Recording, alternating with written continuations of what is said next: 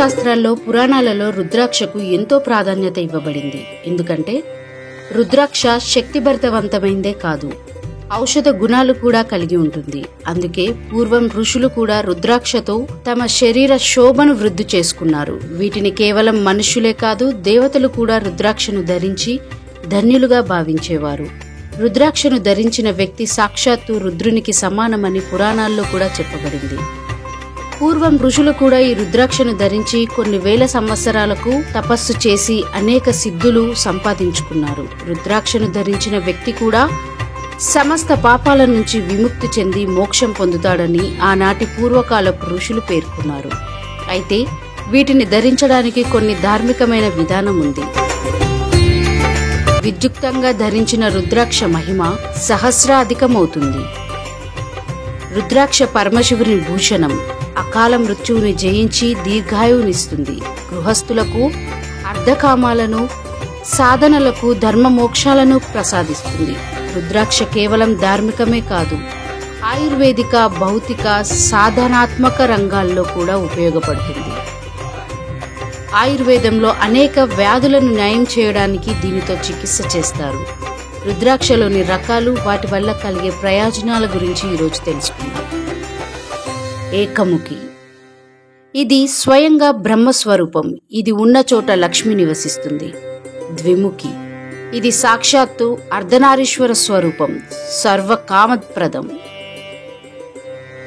త్రిముఖి, ఇది అగ్నిస్వరూపం. దీనిని ధరించడంతో సంపద, తేజస్సు, ఆత్మబలం వృద్ధి చెందుతాయి. ఇది విద్యాదాత కూడా.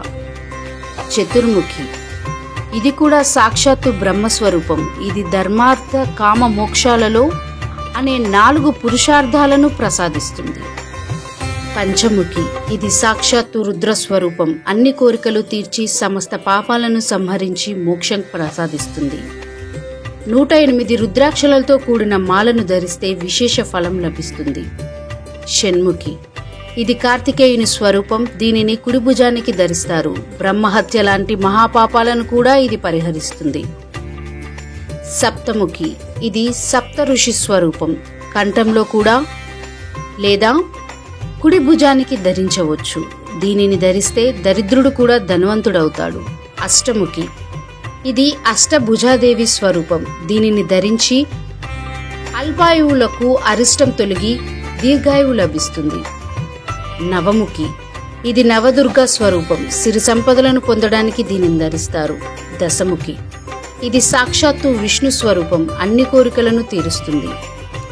ఏకదశముఖి, ఇది హనుమాన్ స్వరూపం. దీనిని ధరించడం వల్ల ఆధ్యాత్మిక శక్తితో పాటు సర్వత్రా జయం లభిస్తుంది.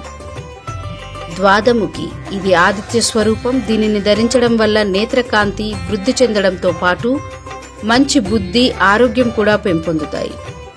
త్రయోదశముఖి, ఇది చంద్రుని స్వరూపం. అన్ని భోగభాగ్యాలు కలుగుతాయి. అభిష్ట ప్రాప్తి కలుగుతుంది. చతుర్దశముఖి, ఇది పరమశివుని స్వరూపం. దీన్ని ధరించడం ద్వారా సర్వ దేవతల దయ లభిస్తుంది.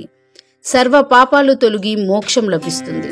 గౌరీ శంకర రుద్రాక్ష, ఇది పార్వతీ పరమేశ్వర స్వరూపంగా వృక్షంతో కలిసి ఉంటుంది. అభిష్ట ప్రాప్తి, సమృద్ధిని కలిగిస్తుంది.